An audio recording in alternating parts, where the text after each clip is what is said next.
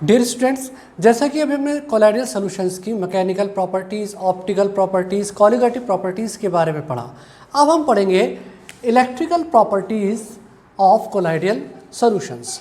अब देखिए, electrical properties of colloidal solutions में मेनली हमें कौन कौन सी प्रॉपर्टीज़, किन किन पॉइंट्स के बारे में पढ़ना होता है। देखिए, स्टेबिलिटी ऑफ कोलाइडल सोल्स, मैं आपको ये बता रहा हूँ कि electrical properties of colloidal solution में हम मेनली किन किन पॉइंट्स को मुख्य रूप से पढ़ते हैं। Stability of the colloidal sols, कि कोलाइडल सोल की स्टेबिलिटी किस कारण होती है। देखिए, मेनली इलेक्ट्रिकल प्रॉपर्टी ही कोलाइडल सोल की स्टेबिलिटी के लिए रिस्पॉन्सिबल होती है। दूसरा, origin of electrical charge, colloidal particles पर जो चार्ज आता है उनका ओरिजिन कैसे होता है। इलेक्ट्रोकाइनेटिक्स या फिर जेटा पोटेंशियल क्या होता है। इलेक्ट्रोफोरेसिस, कैटाफोरेसिस, इलेक्ट्रोस्मोसिस, कोगुलेशन या प्रेसिपिटेशन और हार्डी-शोल्ज़े रूल, इसके बारे में भी हम electrical property of colloidal solution में ही पढ़ते हैं। डियर स्टूडेंट्स, यहाँ से अब आप इतनी बात तो समझ गए होंगे कि जो कोलाइडल सॉल्यूशन की इलेक्ट्रिकल प्रॉपर्टीज़ हैं वो बहुत इंपॉर्टेंट। देखिए, कितने सारे पॉइंट्स हम इन प्रॉपर्टीज़ में पढ़ते हैं और बोर्ड में आपको एक या दो क्वेश्चन इनकी इलेक्ट्रिकल प्रॉपर्टीज़ में से बहुत संभावना रहती है कि मिल जाएगा। डियर स्टूडेंट्स, अभी आप इन प्रॉपर्टीज़ को आप जल्दी से नोट कर लीजिए। इलेक्ट्रिकल प्रॉपर्टीज़ के इन पॉइंट्स को आप जल्दी से नोट कर लीजिए, फिर एक एक करके हम इन पॉइंट्स को अब डिस्कस करेंगे।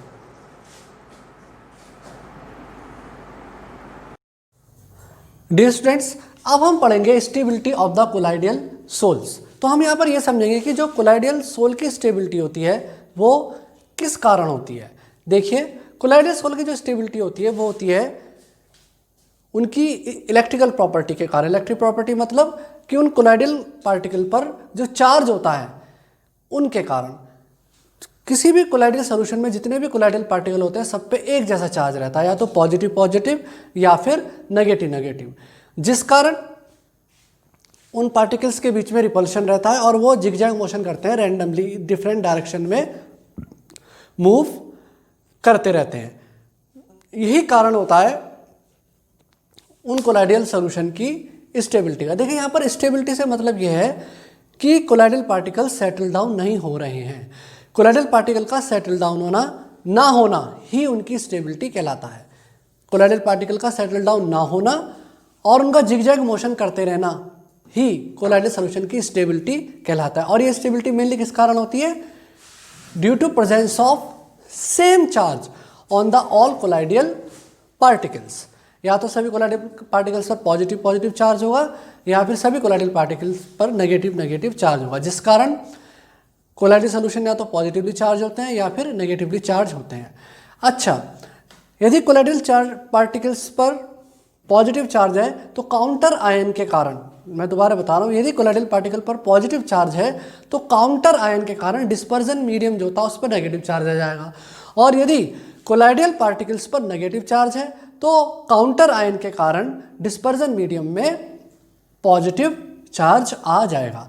अब यहाँ पर हम नेगेटिव चार्ज और पॉजिटिवली चार्ज कोलाइडल पार्टिकल्स के एग्जांपल्स देखेंगे, उनमें कुछ डिफरेंसेस को समझेंगे। जैसे नेगेटिवली चार्ज्ड कोलाइडल पार्टिकल्स के एग्जांपल है मेटेलिक पार्टिकल्स, जो मेटल्स के कोलाइडल सॉल्यूशन होते हैं, जैसे कॉपर का, सिल्वर का, गोल्ड का जो कोलाइडल सॉल्यूशन होता है उसमें कोलाइडल पार्टिकल्स पर नेगेटिव चार्ज होता है।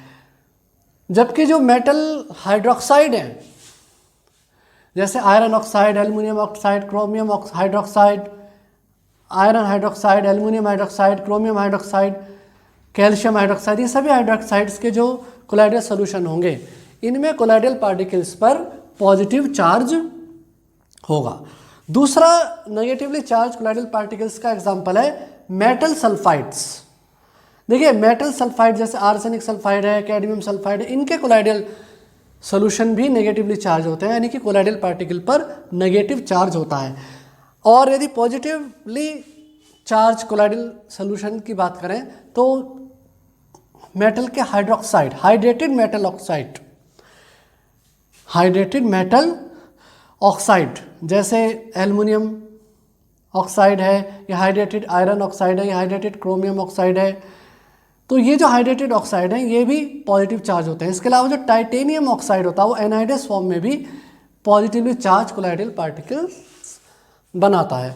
देखिए मैं इनको दोबारा बता रहा हूँ, hydrated aluminium oxide, hydrated iron oxide, hydrated chromium oxide के तो जो कोलाइड्स होंगे वो पॉजिटिवली चार्ज होंगे, जबकि जो टाइटेनियम ऑक्साइड है वो एनहाइड्रस फॉर्म में भी पॉजिटिवली चार्ज कोलाइडल सोल्यूशन बनाएगा। दूसरी तरफ अब हम बात करें नेगेटिवली चार्ज की, तो जितने भी ऑर्गेनिक पार्टिकल वाले कोलाइडल सोल्यूशन है जैसे starch, gum, gelatin, clay, charcoal, silicic acid, ये सभी नेगेटिवली चार्ज होते हैं। बहुत इंपॉर्टेंट बात है कि हीमोग्लोबिन जो होता है वो पॉजिटिवली चार्ज कोलाइडल सोल्यूशन बनाता है। देखिए बहुत आता है क्वेश्चन में, क्वेश्चन बोर्ड में कि haemoglobin positively charge colloidal solution बनाता है या नेगेटिवली चार्ज कोलाइडल होता है। तो हीमोग्लोबिन जो होता है वो पॉजिटिवली चार्ज कोलाइडल पार्टिकल्स बनाता है। अच्छा, जो एसिडिक डाइज होती हैं जैसे इओसिन है, कैंगोरेड है, ये नेगेटिवली चार्ज होती है, जबकि जो बेसिक डाइज होती हैं जैसे मिथाइलिन ब्लू, प्रिशियन ब्लू, ये सब जो बेसिक डाइज होती हैं ये पॉजिटिवली चार्ज होती हैं। डियर स्टूडेंट्स, ये मैंने आपको बताया स्टेबिलिटी ऑफ कोलाइडल पार्टिकल्स के बारे में, और ये भी बताया कि जो स्टेबिलिटी होती है वो किस वजह से होती है, due to presence of same charge. अब हम ये समझेंगे कि आखिर ये जो कोलाइडल पार्टिकल्स पर जो चार्ज आता है इसका ओरिजिन कैसे होता है। आप जल्दी से इस कंटेंट का ये स्क्रीनशॉट ले लीजिए, इसको नोट कर लीजिए, फिर आगे की हम पढ़ते हैं। डियर स्टूडेंट्स, अब इलेक्ट्रिकल प्रॉपर्टीज में जो हमारा अगला पॉइंट है वो है origin of electrical charge on colloidal particles.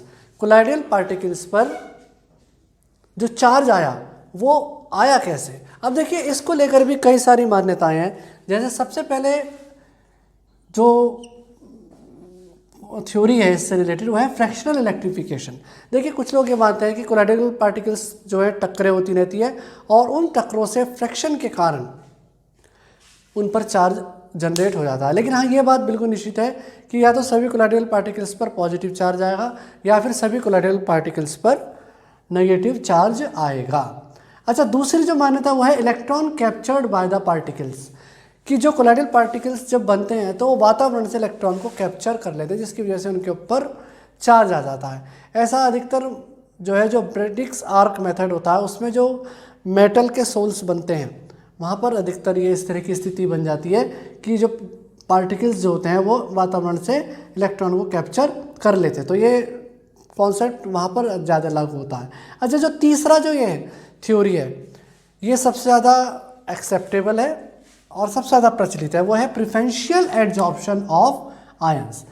मतलब कि जो कोलाइडल पार्टिकल्स पर चार्ज आता है वो आयन के एडजॉर्प्शन के कारण आता है। यदि कैटायन का एडजॉर्प्शन हो जाएगा तो पार्टिकल्स पर पॉजिटिव चार्ज आ जाएगा, यदि अनायन का एडजॉर्प्शन हो जाएगा तो पार्टिकल्स पर नेगेटिव चार्ज आ जाएगा। अब देखिए जैसे अब ये मान के चले हम सिल्वर आयोडाइड का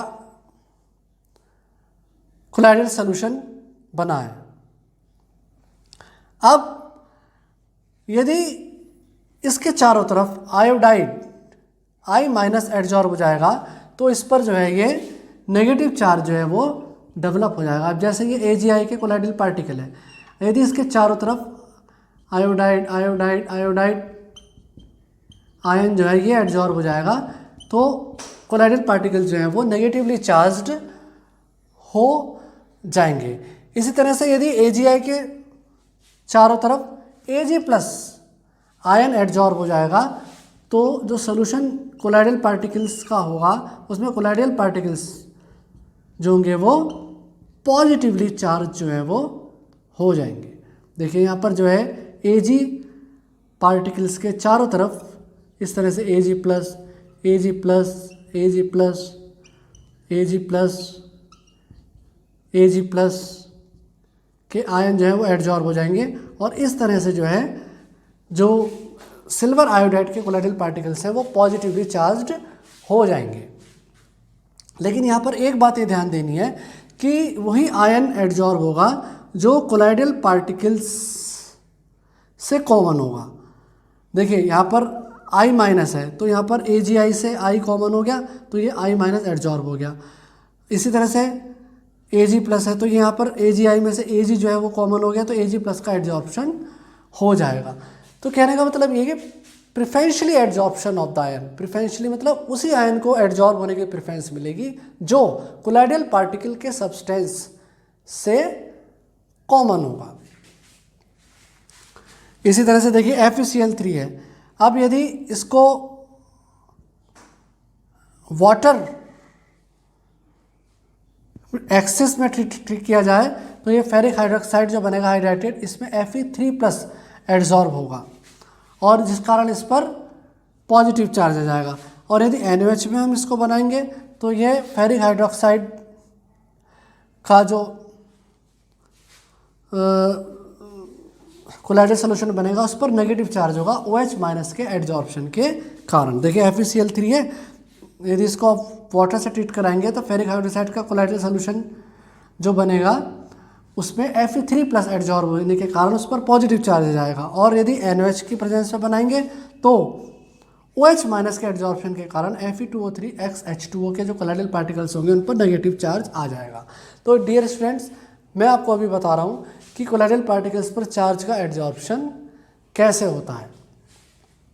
अच्छा, अब जो लास्ट हमारा इसमें जो थ्योरी है ओरिजिन से रिलेटेड वो ये है कि जो मॉलिक्यूल होते हैं कोलाइडल साइज के वो डिस्पर्जन मीडियम में टूट जाते हैं आयंस में और फिर बाद में उनका एग्रीगेशन हो जाता है। जैसे कि जो सोप के मॉलिक्यूल होते हैं वो मिसेल्स बनाते हैं तो उन मिसेल्स पर भी जो है चार्ज डेवलप हो जाता है। डियर स्टूडेंट्स, ये मैंने आपको बताया origins of charge on colloidal particles के बारे में। आगे हम इलेक्ट्रिकल प्रॉपर्टीज़ के बारे में और बहुत सारी बातें स्टडी करेंगे। फिलहाल आप जल्दी से एक इस कंटेंट को नोट कर लीजिए। डियर स्टूडेंट्स, अब इलेक्ट्रिकल प्रॉपर्टीज़ में ही हमें एक चीज़ और पढ़नी है, वो है इलेक्ट्रोकाइनेटिक्स और ज़ेटा पोटेंशियल। इलेक्ट्रोकाइनेटिक्स क्या होती है, ज़ेटा पोटेंशियल क्या होता है, इसके ऊपर कई बार क्वेश्चंस आता है और MCQ में भी पूछ सकते हैं, 1 मार्क्स 2 मार्क्स में भी क्वेश्चन कई बार आ जाता है। तो देखिए क्या होता है, जैसे मैंने आपको एक टॉपिक बताया था इलेक्ट्रिकल प्रॉपर्टीज़ में और चार्ज ओरिजिन का एक कारण बताया था, preferential adsorption of common ion. देखिए कोलाइडल पार्टिकल्स जो होते हैं वो क्या करते हैं, अपने कॉमन आयन को एडजॉर्ब कर लेते हैं। तो उस कॉमन आयन के एडजॉर्प्शन के कारण उन कोलाइडल पार्टिकल्स के चारों तरफ एक फिक्स्ड लेयर जमा हो जाती है।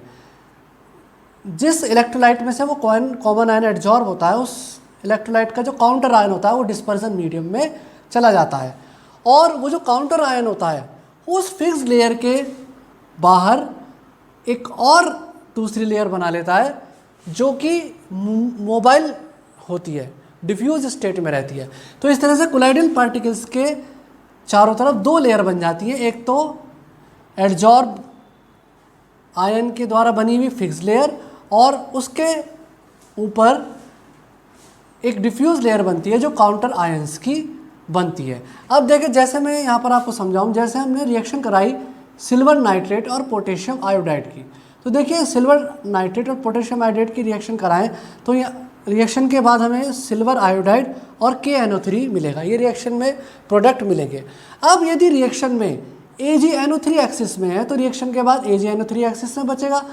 अब AgNO3 एक्सिस में जब बच जाएगा तो डिस्पर्जन मीडियम में 2 आयन्स होंगे, एक तो Ag+ और NO3-। अब ये जो AgI बना, कोलाइडल पार्टिकल्स बने AgI के, इनमें Ag+ जो है, AgNO3 का जो Ag+ है वो इस कोलाइडल पार्टिकल से कॉमन है। तो Ag+ जो होगा ये इन कोलाइडल पार्टिकल्स पर एडजॉर्ब हो जाएगा, देखिए प्रिफरेंशियली एडजॉर्ब हो जाएगा, जिस कारण ये कोलाइडल पार्टिकल्स जो है पॉजिटिवली चार्ज हो जाएंगे। देखिए ये AgI था, इस AgI ने सिल्वर नाइट्रेट से Ag+ को एडजॉर्ब कर लिया और Ag+ जो होते हैं वो इसके चारों तरफ एडजॉर्ब हो गए, जिस कारण कोलाइडल पार्टिकल्स पर पॉजिटिव चार्ज आ गया। अब यदि इस रिएक्शन में KI एक्सिस में है तो रिएक्शन के बाद ये AgI का कोलाइडल पार्टिकल्स बन जाएंगे और ये KNO3 बन जाएगा। लेकिन क्योंकि अब KI जो है वो एक्सिस में है, इसलिए डिस्पर्जन मीडियम में हमें K+ और आयोडीन माइनस आयन जो हैं वो अधिकता में मिल जाएंगे, जिस कारण जो इस बार सिल्वर आयोडाइड होगा वो अपने कॉमन आयन I- को एडजॉर्ब करेगा। देखिए इस बार यहाँ AgI को जो कॉमन आयन मिल रहा है वो मिल रहा है I-। तो इस I- को एडजॉर्ब करके ये कोलाइडल पार्टिकल्स जो हैं ये नेगेटिवली चार्ज हो जाएंगे। देखिए Ki से I- को AgI ने एडजॉर्ब कर लिया। देखिए यहाँ पर ये I- जो एडजॉर्ब हो गए I-, और ये कोलाइडल पार्टिकल्स जो थे ये नेगेटिवली चार्ज हो जाएंगे।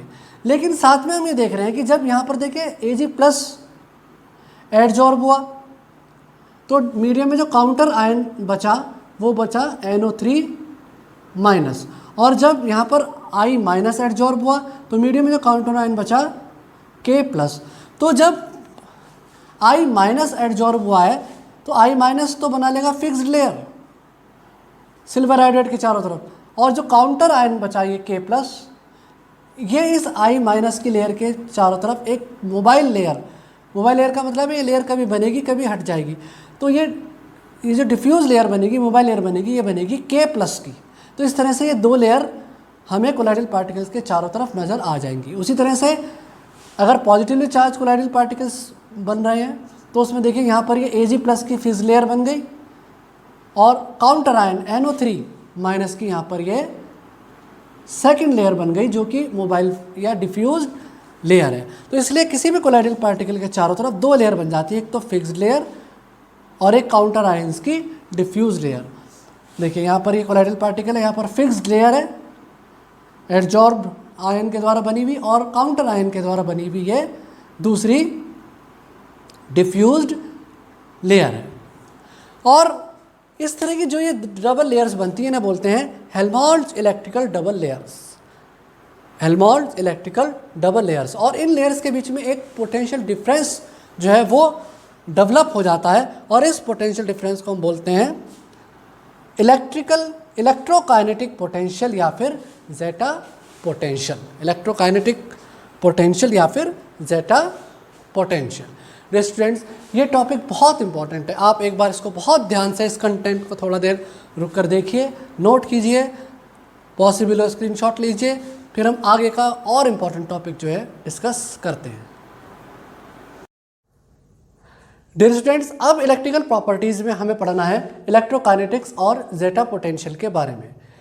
डियर स्टूडेंट, जैसे मैंने आपको बताया था कि जो कोलाइडल पार्टिकल्स होते हैं उन पर उनकी जो स्टेबिलिटी होती है उसका एक कारण ये होता है कि कोलाइडल पार्टिकल्स पर एक जैसा सा चार्ज होता है। तो सभी कोलाइडल पार्टिकल पॉजिटिवली चार्ज होंगे या फिर सभी कोलाइडल पार्टिकल्स नेगेटिवली चार्ज्ड होंगे। अब बात ये आती है कि भाई ये जो कोलाइडल पार्टिकल्स पर चार्ज आता है वो आता कैसे, तो उसके लिए कई सारी थ्योरी मैंने आपको बताई थी, और उसमें सबसे ज़्यादा मोस्ट एक्सेप्टेबल जो थ्योरी है वो है preferential adsorption of common ion. इसमें क्या होता है कि जो कोलाइडल पार्टिकल्स होते हैं वो अपने में से कॉमन आयन को डिस्पर्सन मीडियम में से प्रिफरेंस देके एडजॉर्ब कर लेते हैं। यदि वो कॉमन आयन पॉजिटिवली चार्ज होता है तो कोलाइडल पार्टिकल्स पॉजिटिवली चार्ज हो जाते हैं, और अगर वो कॉमन आयन नेगेटिवली चार्ज होता है तो कोलाइडल पार्टिकल्स नेगेटिवली चार्ज्ड हो जाते हैं। लेकिन अब जब ये चार्ज डेवलप हो जाएंगे तो उन पार्टिकल्स में रिपल्शन होगा, जिस कारण उस कोलाइडल सॉल्यूशन की स्टेबिलिटी बन जाएगी। स्टेबिलिटी से मैंने ये भी बताई थी आपको बात कि स्टेबिलिटी से मतलब होता है कि कोलाइडल पार्टिकल्स का सेटल डाउन ना होना। तो अब यहाँ पर ये टर्म इलेक्ट्रोकाइनेटिक्स और जेटा पोटेंशियल क्या है, देखिए अब मैं कोलाइडल सोल्यूशन के फॉर्मेशन को एक केमिकल रिएक्शन से समझाता हूँ। जैसे ये रिएक्शन है आपकी AgNO3 और Ki के बीच, तो AgNO3 जो होता है वो Ki से रिएक्ट करके सिल्वर आयोडाइड यानी कि Agi बनाएगा और साथ में बनाएगा KNO3। तो यहाँ पर ये सिल्वर आयोडाइड जो बनेगा ये कोलाइडल पार्टिकल्स होंगे, इस सिल्वर आयोडाइड के कोलाइडल पार्टिकल्स होंगे। अब यदि रिएक्शन में AgNO3 एक्सिस में है तो रिएक्शन के बाद AgNO3 बच जाएगा, और AgNO3 में दो आयन है, एक तो Ag+ और एक NO3-। तो ये जो AgI का कोलाइडल पार्टिकल्स बने, ये इस AgNO3 में से, Ag प्लस में से और NO3 में से Ag प्लस को प्रिफरेंशियली एड्जॉर्ब कर लेंगे और ये Ag प्लस जो होगा AgI के कोलाइडल पार्टिकल्स पर क्या हो जाएगा, एड्जॉर्ब, जिस कारण ये कोलाइडल पार्टिकल्स पॉजिटिवली चार्ज्ड हो जाएंगे। और जो ये NO3 होगा, इसको हम काउंटर आयन बोलेंगे, ये डिस्पर्शन मीडियम में फ्रीली मूव करेगा, जिस कारण डिस्पर्शन मीडियम में अपोजिट चार्ज जो है वो डेवलप हो जाएगा। यदि कोलाइडल पार्टिकल्स पे पॉजिटिव चार्ज आया तो इन NO3 के कारण डिस्पर्जन मीडियम में नेगेटिव चार्ज जो है वो डेवलप हो जाएगा। इसी तरह से यदि ये KI एक्सिस में, तो कोलाइडल पार्टिकल्स AgI के बनेंगे और डिस्पर्जन मीडियम में जो है वो KI एक्सिस में होने के कारण उस मीडियम में K प्लस और I माइनस जो है वो फ्रीली मूव करते रहेंगे। तो AgI क्या करेगा, इस बार I माइनस को एड्जॉर्ब करेगा, प्रिफरेंस देकर प्रिफरेंशियली एड्जॉर्ब करेगा, जिस कारण इन कोलाइडल पार्टिकल्स पर I माइनस एड्जॉर्ब हो जाएंगे और इस तरह से ये I माइनस जो है AgI के चारों तरफ लेयर बना लेंगे और AgI पर नेगेटिव चार्ज जो है वो डेवलप हो जाएगा। और काउंटर आयन यहाँ पर इस बार है K प्लस और इस K प्लस के कारण डिस्पर्जन मीडियम पर पॉजिटिवली चार्ज हो जाएगा।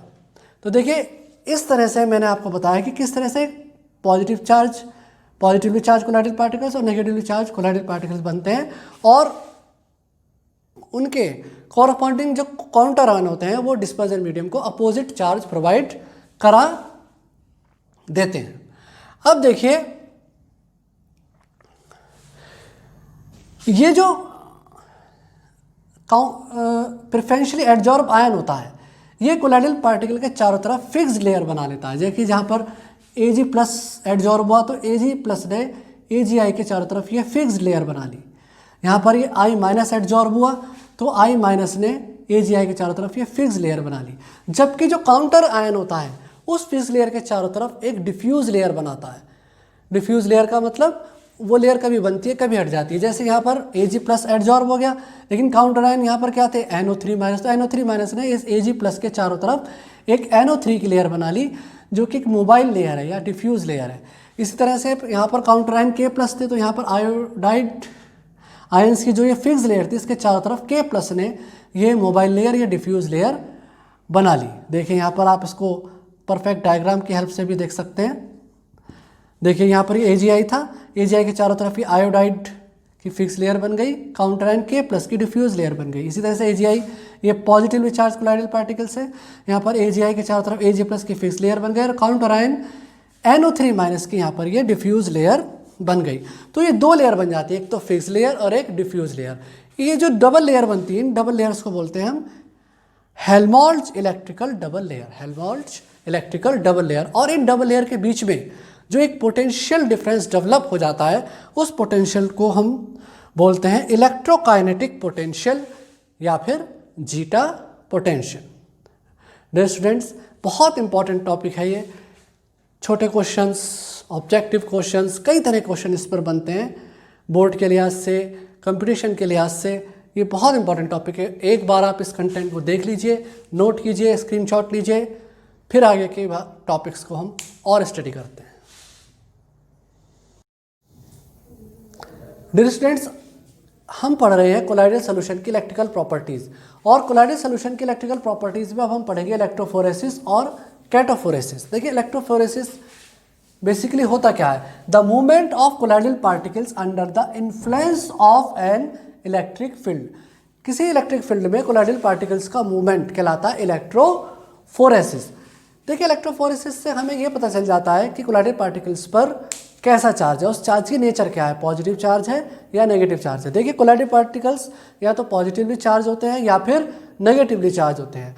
अब होता क्या है कि यदि आप कोलाइडल सॉल्यूशन में इलेक्ट्रोड्स को लगा दें और बैटरी को लगा दें, एक तरफ नेगेटिव चार्ज और एक तरफ पॉजिटिव चार्ज दे दें इलेक्ट्रोड्स को, तो जैसे हम इलेक्ट्रिसिटी पास करेंगे तो यदि कोलाइडल पार्टिकल्स पर पॉजिटिव चार्ज है तो वो नेगेटिवली चार्ज इलेक्ट्रोड की तरफ मूव करेगा, और यदि कोलाइडल पार्टिकल्स पे नेगेटिव चार्ज है तो वो पॉजिटिव इलेक्ट्रोड की तरफ मूव करेगा। यदि नेगेटिव कोलाइड है तो वो पॉजिटिव इलेक्ट्रोड की तरफ मूव करेगा, और यदि पॉजिटिव कोलाइड है तो वो नेगेटिव इलेक्ट्रोड की तरफ मूव करेगा। और ये जो चार्ज पार्टिकल्स हैं कोलाइडल सॉल्यूशन के, ये इलेक्ट्रोड पर जाकर न्यूट्रलाइज हो जाएंगे, जिस कारण कोलाइडल पार्टिकल्स पर जो चार्ज है वो ख़त्म हो जाएगा और पार्टिकल्स आपस में इकट्ठे हो जाएंगे, एग्रीगेट हो जाएंगे और उनका कोगुलेशन हो जाएगा। अब कोलाइडल पार्टिकल्स के मूवमेंट की डायरेक्शन को देखकर हम ये पता लगा सकते हैं कि आखिर कोलाइडल पार्टिकल्स पर चार्ज जो है वो कैसा है, पॉजिटिव चार्ज है या नेगेटिव चार्ज है। डियर स्टूडेंट्स, शुरू में इलेक्ट्रोफोरेसिस को कैटाफोरेसिस भी कहा गया, क्योंकि जो शुरू में जो कोलाइडल पार्टिकल्स थे वो जितने भी कोलाइडल पार्टिकल्स खोजे गए उन पर पॉजिटिव चार्ज ही था, तो जिस कारण वो कैथोड की तरफ मूव करते थे, इसलिए इस प्रोसेस का नाम कैटाफोरेसिस भी पड़ गया। लेकिन अब बाद में नेगेटिवली चार्ज कोलाइडल पार्टिकल्स भी आए, इसलिए अब इसमें इलेक्ट्रोफोरेसिस में कैटाफोरेसिस भी होता है और एनाफोरेसिस भी होता है, तो इसको एक जनरल नाम दे दिया गया इलेक्ट्रोफोरेसिस। अच्छा, अब एक हमें नई टर्म और पढ़नी है, वो है इलेक्ट्रोऑस्मोसिस। देखिए इलेक्ट्रोऑस्मोसिस में क्या होता है कि हम जानते हैं कि जो कोलाइडल सॉल्यूशन होता है उसमें से केवल जो डिस्पर्जन मीडियम होता है वो ही सेमी परमेबल मेम्ब्रेन को क्रॉस कर सकता है। अब देखिए हमने क्या करा कि कोलाइडल सॉल्यूशन को भर के उसके दोनों तरफ हमने ये सेमी परमेबल मेम्ब्रेन या 5 मेम्ब्रेन लगा दी और उसके दोनों तरफ यहाँ पर सॉल्वेंट या वाटर भर दिया। अब होगा कि जैसे ही हम इस प्रोसेस को देखना शुरू करेंगे, हम देखेंगे कि धीरे धीरे जो डिस्पर्जन मीडियम है उसके पार्टिकल अपनी लोअर कंसंट्रेशन से हायर कंसंट्रेशन की तरफ मूव कर रहे हैं वाया सेमी परमेबल मेम्ब्रेन, और जो डिस्पर्जन मीडियम है उसके पार्टिकल जो हैं वो वाटर में यहाँ पर आगे की तरफ आते चले जाएंगे। इस प्रोसेस को बोलेंगे ऑस्मोसिस। और यदि इस प्रोसेस में हमने इलेक्ट्रिसिटी का सहारा ले लिया, यानी कि अब अगर हमने यहाँ पर इलेक्ट्रिक फील्ड लगा दिया, तो डिस्पर्जन मीडियम अपने अपोजिट चार्ज वाले इलेक्ट्रोड की तरफ मूव करना शुरू कर देगा। देखिए डिस्पर्जन मीडियम पर भी चार्ज होता है काउंटर आयन की वजह से, तो डिस्पर्जन मीडियम अपने अपोजिट इलेक्ट्रोड की तरफ मूव करना शुरू कर देगा लोअर कंसंट्रेशन से हायर कंसंट्रेशन की तरफ, जिस कारण अब इस ऑस्मोसिस को हम इलेक्ट्रोऑस्मोसिस कहेंगे। तो देखिए कोलाइडल पार्टिकल्स जो यही रहेंगे, डिस्पर्जन मीडियम के पार्टिकल्स जो हैं वो आगे की तरफ मूव करते चले जाएंगे सेमी परमेबल मेम्ब्रेन को क्रॉस करते हुए। तो ये प्रोसेस कहलाएगा इलेक्ट्रोऑस्मोसिस। देखिए अभी हमने इलेक्ट्रोफोरेसिस पढ़ा और इलेक्ट्रोऑस्मोसिस पढ़ा, इन दोनों के ऊपर ही 1 या 2 नंबर में शॉर्ट नोट्स लिखने के लिए आ जाता है। देखिए कोलाइडल, यहाँ पर मैं एक चीज़ दोबारा बता रहा हूँ कि कोलाइडल पार्टिकल्स जो होते हैं वो इलेक्ट्रोड्स पर जाकर इकट्ठे हो जाते हैं। देखिए यहाँ पर ये नेगेटिवली चार्ज कोलाइडल सोल्यूशन है, तो देखिए जैसे हमने इलेक्ट्रिसिटी पास करी, ये सारे कोलाइडल पार्टिकल्स होते हैं वो पॉजिटिव चार्ज इलेक्ट्रोड की तरफ आए और यहाँ पर आकर न्यूट्रलाइज हो गए और फिर फाइनली यहाँ पर आकर कोएगुलेट हो जाएंगे। डियर स्टूडेंट्स, बहुत इंपॉर्टेंट टॉपिक है ये दोनों, एक बार आप इनको स्क्रीनशॉट ले लीजिए, फिर आगे हम और टॉपिक जो है वो स्टडी करते हैं। डियर स्टूडेंट्स, अब हम पढ़ेंगे कोगुलेशन और प्रेसिपिटेशन के बारे में कि आखिर कोगुलेशन और प्रेसिपिटेशन होता क्या है। डियर स्टूडेंट, जैसा कि अभी हम इन वीडियोस में पढ़ रहे हैं कोलाइडल सॉल्यूशन की इलेक्ट्रिकल प्रॉपर्टीज़ के बारे में, और इलेक्ट्रिकल प्रॉपर्टीज़ में एक टॉपिक हमें पढ़ना होता है कोगुलेशन और प्रेसिपिटेशन। तो देखिए aggregating together the colloidal particles so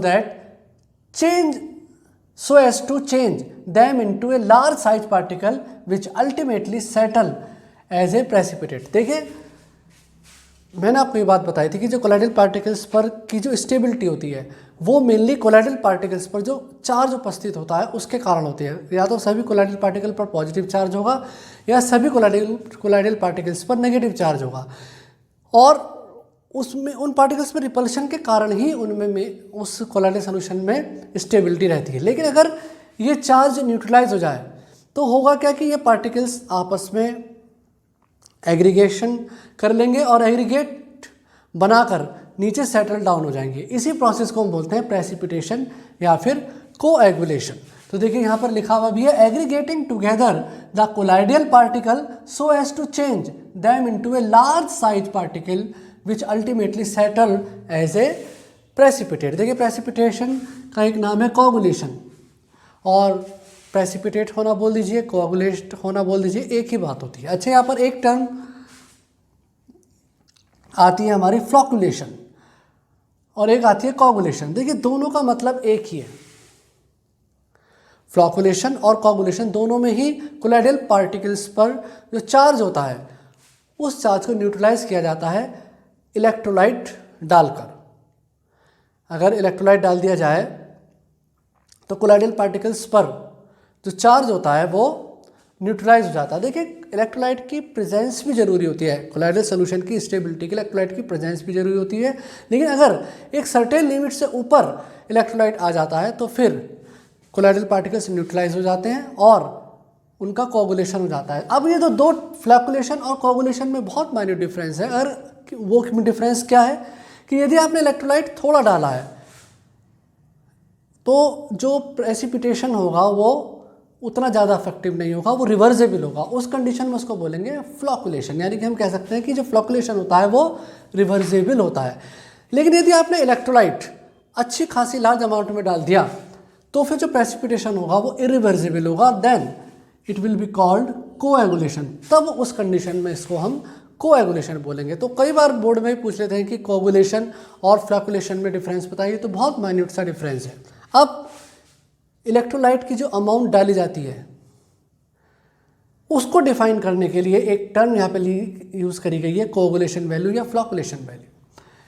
देखिए ये क्या होती है, यहाँ पर भी लिखा है कि the minimum amount of an electrolyte in millimoles that must be added to 1 litre of a colloidal solution, that must be added to 1 litre of a colloidal solution so as to bring about the complete coagulation is known as the coagulation value।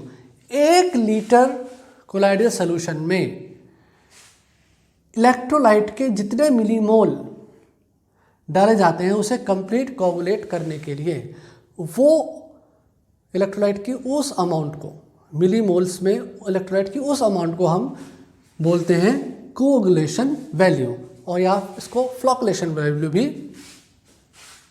बोल देते हैं। Coagulation value बोल दीजिए या फिर इसको flocculation value बोल दीजिए, एक ही बात होती है। अच्छा, अब जो इलेक्ट्रोलाइट जितना ज़्यादा इफेक्टिव होगा उसकी एक कोगुलेशन वैल्यू उतनी ही कम होगी, यानी कि हम कह सकते हैं कि जो कोगुलेशन वैल्यू होती है वो कोगुलेटिंग पावर के इन्वर्सली प्रोपोर्शनल होती है।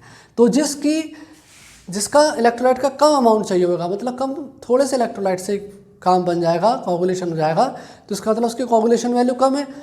और दूसरे शब्दों में हम ये कह सकते हैं कि वो इलेक्ट्रोलाइट ज़्यादा इफेक्टिव है, यानी कि उसकी कोगुलेशन पावर उतनी ही ज़्यादा है। तो कोगुलेशन वैल्यू और कोगुलेटिंग पावर ये दोनों ही एक दूसरे के इन्वर्सली प्रोपोर्शनल होती हैं। अब कैसे पता चले कि किस इलेक्ट्रोलाइट की कोगुलेशन पावर ज़्यादा है किसकी कम है, तो उसके लिए एक नियम है हार्डी-शुल्ज़े रूल। डियर स्टूडेंट्स, ये बहुत इंपॉर्टेंट रूल है, कंपटीशन में अभी आपको इसमें से एक आध क्वेश्चन जरूर मिल जाता है। तो हार्डी-शुल्ज़े रूल, इस रूल के अकॉर्डिंग इलेक्ट्रोलाइट का वो आयन जो कोलाइडल सोल्यूशन के पार्टिकल को न्यूट्रलाइज करता है उसे बोलते हैं कोगुलेटिंग आयन या फिर फ्लॉकुलेटिंग आयन। उस कोगुलेटिंग आयन या फ्लॉकुलेटिंग आयन की वैलेंसी जितनी ज़्यादा होगी वो उतना ही ज़्यादा इफेक्टिवली कोलाइड्स को न्यूट्रलाइज करेगा।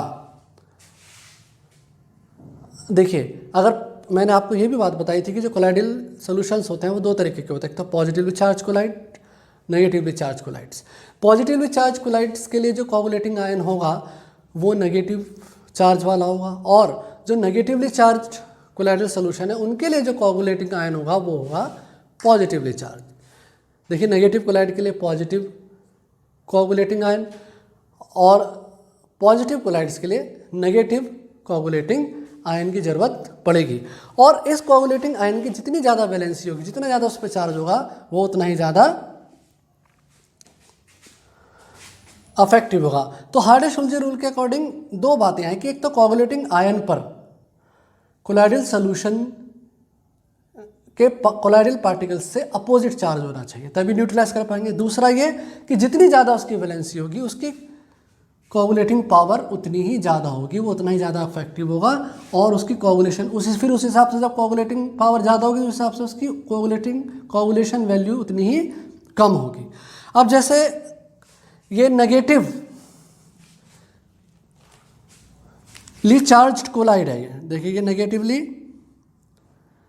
चार्ज्ड कोलाइड है हमारे पास, AS2S3 आर्सेनिक सल्फाइड। इस पर नेगेटिवली चार्ज्ड कोलाइड पार्टिकल होते हैं, इनको हमें न्यूट्रलाइज करना है। तो देखिए, कोगुलेटिंग आयन है हमारे पास Na+, Ba2+, Al3+।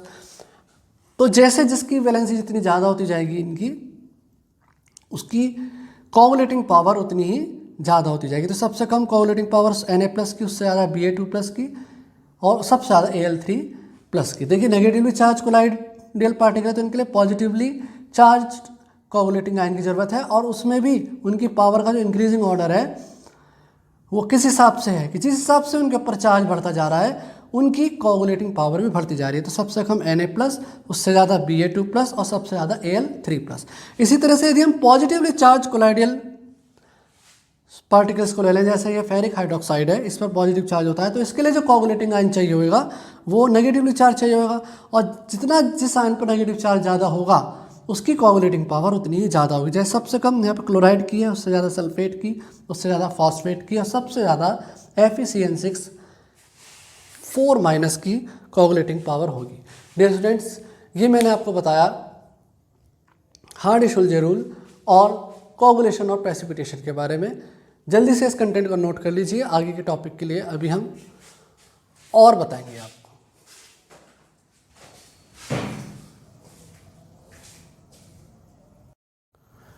देखिए, कोलाइडल चार्ज पार्टिकल्स पे जो चार्ज होता है उसको हम इलेक्ट्रोलाइट डालकर तो न्यूट्रलाइज कर ही सकते हैं, साथ में उस पार्टिकल्स पर, कोलाइडल पार्टिकल्स पर चार्ज को न्यूट्रलाइज करने के कुछ और तरीके भी हैं, यहाँ पर हमें वही पढ़ने हैं। तो देखिए, coagulation can also be caused by the following method. जैसे सबसे पहला मेथड है बाय इलेक्ट्रोफोरेसिस। डियर स्टूडेंट, जैसे अभी हमने पहले भी देखा था कि यदि हम कोलाइडल सोल्यूशन में 2 इलेक्ट्रोड लगा दें, पॉजिटिवली चार्ज और नेगेटिवली चार्ज, तो कोलाइडल पार्टिकल्स अपने अपोजिटिवली चार्ज इलेक्ट्रोड पर जाकर न्यूट्रलाइज हो जाते हैं, और न्यूट्रलाइज होने के कारण वहाँ पर एग्रीगेट होकर चिपक जाते हैं या सेटल डाउन हो जाते हैं। इस प्रोसेस को बोलते हैं electrophoresis. Particles of the dispersed phase, यानी colloidal particles, move towards the oppositely charged electrode and get neutralize there. अब एक और तरीका ये है हमारे पास बाय म्यूचुअल प्रेसिपिटेशन। देखिए, होता क्या है कि अगर, जैसे अभी आप जानते हैं कि जो कोलाइडल सॉल्यूशंस होते हैं वो 2 तरीके के हो सकते हैं, पॉजिटिवली चार्ज और नेगेटिवली चार्ज। यदि पॉजिटिवली चार्ज कोलाइडल सोल में नेगेटिवली चार्ज्ड कोलाइडल सोल मिला दिया जाए तो उनकी, और प्रॉपर प्रोपोर्शन में मिलाया जाए, तो वो एक दूसरे को न्यूट्रलाइज कर देते हैं, और वहाँ पर भी प्रेसिपिटेशन हो जाता है। तीसरा इसमें जो मैं बता रहा हूँ वो है प्रोलोंग डायलाइसिस। देखिए, इसके ऊपर अभी पिछले कुछ सालों पे क्वेश्चंस भी आए हैं। प्रोलोंग डायलाइसिस, देखिए, अगर कोलाइडल सॉल्यूशन का डायलाइसिस बहुत लंबे समय तक किया जाए, स्पेशली इलेक्ट्रोडायलाइसिस, तो डायलाइसिस में क्या होता है, जो क्रिस्टलाइट्स यानी कि इलेक्ट्रोलाइट्स होते हैं वो पार्चमेंट मेम्ब्रेन को क्रॉस करके बाहर आते रहते हैं मीडियम में। लेकिन यदि डायलिसिस बहुत लंबे समय तक करते चले जाएंगे तो कोलाइडल सॉल्यूशन में से सारा का सारा इलेक्ट्रोलाइट्स बाहर आ जाएगा, और उसके स्टेबिलिटी के लिए खतरा हो जाएगा, और वहाँ पर भी प्रेसिपिटेशन हो जाता है। यहाँ पर ये बात हमें हमेशा ध्यान रखनी है कि कोलाइडल सॉल्यूशन की स्टेबिलिटी के लिए थोड़ा सा इलेक्ट्रोलाइट की प्रेजेंस भी जरूरी है। बहुत ज़्यादा भी नहीं होना चाहिए, लेकिन थोड़ा बहुत इलेक्ट्रोलाइट्स होना चाहिए। तो प्रोलॉन्ग डायलिसिस करते चले जाएं या प्रोलॉन्ग इलेक्ट्रोडायलिसिस करते चले जाएं तो भी प्रेसिपिटेशन हो जाता है। अब चौथा जो हमारा तरीका है वो है बाय हीटिंग, या कहते हैं बॉइलिंग या फिर कूलिंग। देखिए, बॉइलिंग कर दीजिए, हीटिंग कर दीजिए, या फिर कूलिंग कर दीजिए, उससे भी जो है प्रेसिपिटेशन हो जाता है। सबसे पहले बात करेंगे बॉइलिंग की। देखिए, जब हम कोलाइडल सॉल्यूशन को बॉयल करते हैं तो उस कोलाइडल पार्टिकल्स की एनर्जी बढ़ जाती है और उनकी आपस में टक्करें भी बढ़ जाती है, जिन टक्करों के कारण उन पार्टिकल्स पर जो एडजॉर्ब आयन होता है, जिसकी वजह से चार्ज जनरेट होता है, वो आयन उन पे से हट जाता है और वो न्यूट्रलाइज हो जाते हैं, और न्यूट्रलाइज होने के बाद वो एग्रीगेट कर लेते हैं, सेटल डाउन हो जाते हैं। अच्छा, बॉइलिंग से कोगुलेशन का एक बहुत बड़ा एग्जाम्पल है कोगुलेशन ऑफ बटर। अच्छा, कोगुलेशन ऑफ बटर। अब देखिए कूलिंग का ठंडा करने पर भी कोगुलेशन हो जाता है। इसका एग्जांपल है जैसे मिल्क की कूलिंग कर दी जाए तो फैट्स जो होता है वो मिल्क की सरफेस पर फ्लोट करने लग जाता है। तो यहाँ पर एग्जांपल है कोगुलेशन बाय कूलिंग का। डियर स्टूडेंट्स, ये मैंने आपको इलेक्ट्रिकल प्रॉपर्टीज़ के बारे में बताया कोलाइडल सॉल्यूशन की। अब हम अगला टॉपिक और आगे पढ़ेंगे, लेकिन उससे पहले आप ये जो कंटेंट है हमारा इसको नोट डाउन कर लीजिए।